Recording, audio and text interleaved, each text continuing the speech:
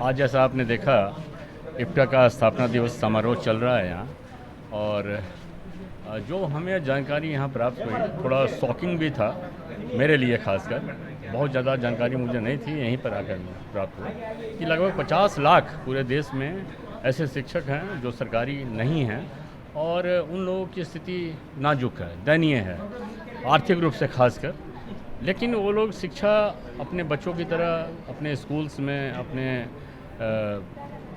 Institutions में, जो coaching institutions है उसमें दे रहे हैं और भविष्य को गढ़ रहे हैं। निश्चित ही सरकार को इस पर ध्यान देना चाहिए और समाज को भी आगे बढ़कर इसमें सहयोग करना चाहिए ताकि इनकी आर्थिक स्थिति अच्छी हो और ये अच्छी और भी अच्छे तरह से पढ़ा सकें, शिक्षण दे सकें, ताकि हमारे जो युवा हैं या आने वाली पीढ़ी है वो हमारे देश के विकास में अपना पूर्ण योगदान दे, अच्छे नागरिक बनकर, अच्छे टैलेंट के साथ। तो ये बहुत आवश्यक है देश के लिए। और निश्चित ही इनका जो डिमांड है, मैंने कहा भी है कि जब भी आपका सहयोग मुझसे करना होगा, निश्चित ही मैं हमेशा खड़ा रहूँगा। और इसी के साथ सबको जोहार, नमस्कार, जय हिंद। आज मुझे खुशी हो रही है कि जिस संगठन को मैंने स्थापित किया वह आज आप लोगों के बीच एक अच्छा विशाल रूप दे रहा है, और मैं भारत सरकार की 2 सपना को पूरा करने हेतु यह संगठन तत्पर है। देश के 50 लाख प्लस निजी शिक्षकों की ओर से सभी आम से लेकर खास नागरिकों तक का स्वागत एवं अभिनंदन है कि कोई भी पंचायत के स्तर के जो भी निम्न बच्चे हैं, मैं उनको स्वेच्छा शुल्क विद्यालय के जरिए मैं उनको देश के अच्छे नागरिक बनाने का कार्य करूंगा, जिसके लिए मैं भारत सरकार से आग्रह करता हूं कि हम लोग सभी निजी शिक्षकों का भी संविधान में एक पहचान बने।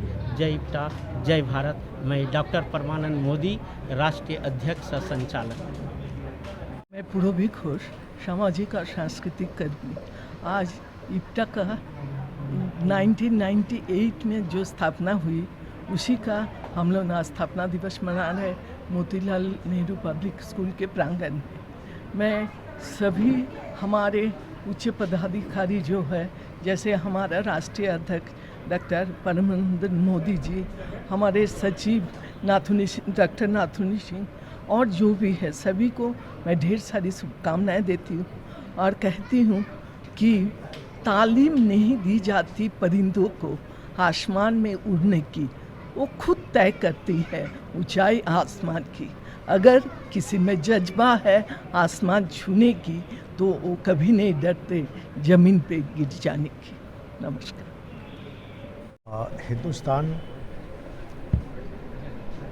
बनने के बाद, भारतीय संविधान लागू होने के बाद जो व्यवस्थाएं भारतवर्ष में बनाई गई, जिसमें शिक्षा एक अहम पहलू था, लेकिन जितनी भी सरकारें रहीं, शिक्षा के प्रति उनकी उदासीनता भारतवर्ष को लगभग 75 सालों से ऐसा बनाकर रखा कि कई प्रकार का भेद समाज में उत्पन्न होता चला गया।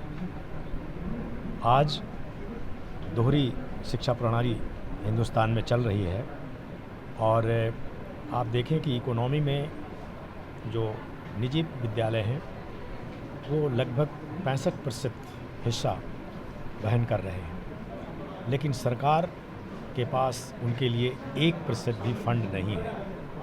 नतीजा ये होता है कि जो ज़्यादा मेहनत कर रहे हैं उनके लिए सरकार के पास कोई प्रोग्राम आज तक बन नहीं पाया है। वर्तमान सरकार कोशिश कर रही है, नई एजुकेशन पॉलिसी बनाई गई है, उसके तहत अब शायद व्यवस्थाएं बदलने की उम्मीद बनी है। आगे चलकर हो सकता है कि इप्टा वगैरह की आवाज़ प्रधानमंत्री तक पहुँचे और जो नई एजुकेशन पॉलिसी आई है उस पर सरकार सख्ती से पूरे भारतवर्ष में अमल करे, तो निश्चित रूप से भारतवर्ष की स्थितियाँ बदलेंगी। एक शिक्षक, एक इंजीनियर, एक डॉक्टर में आप देखें, एक इंजीनियर अगर गलत होगा तो क्या होगा? बिल्डिंग गिरेगी तो 4 लोग मरेंगे। एक डॉक्टर गलत होगा, गलत दवाई करेगा तो 2-4 लोग मरेंगे। लेकिन जब एक शिक्षक गलत हो जाता है तो पूरा देश खत्म हो जाता है। आप उसका एग्जाम्पल देख लें, हिंदुस्तान के आसपास जहाँ भी शिक्षा की अव्यवस्था है वो देश खत्म हो रहा है, तो बदल रहा है। इसलिए आवश्यकता इस बात की है कि शिक्षा में एक समानता लाने की कोशिश सरकार को करनी चाहिए और ये दूसरी दोहरी शिक्षा नीति जो है वो समाप्त करनी चाहिए। जय हिंद, जय भारत। ठीक साथियों, धन्यवाद। रविंद्र सर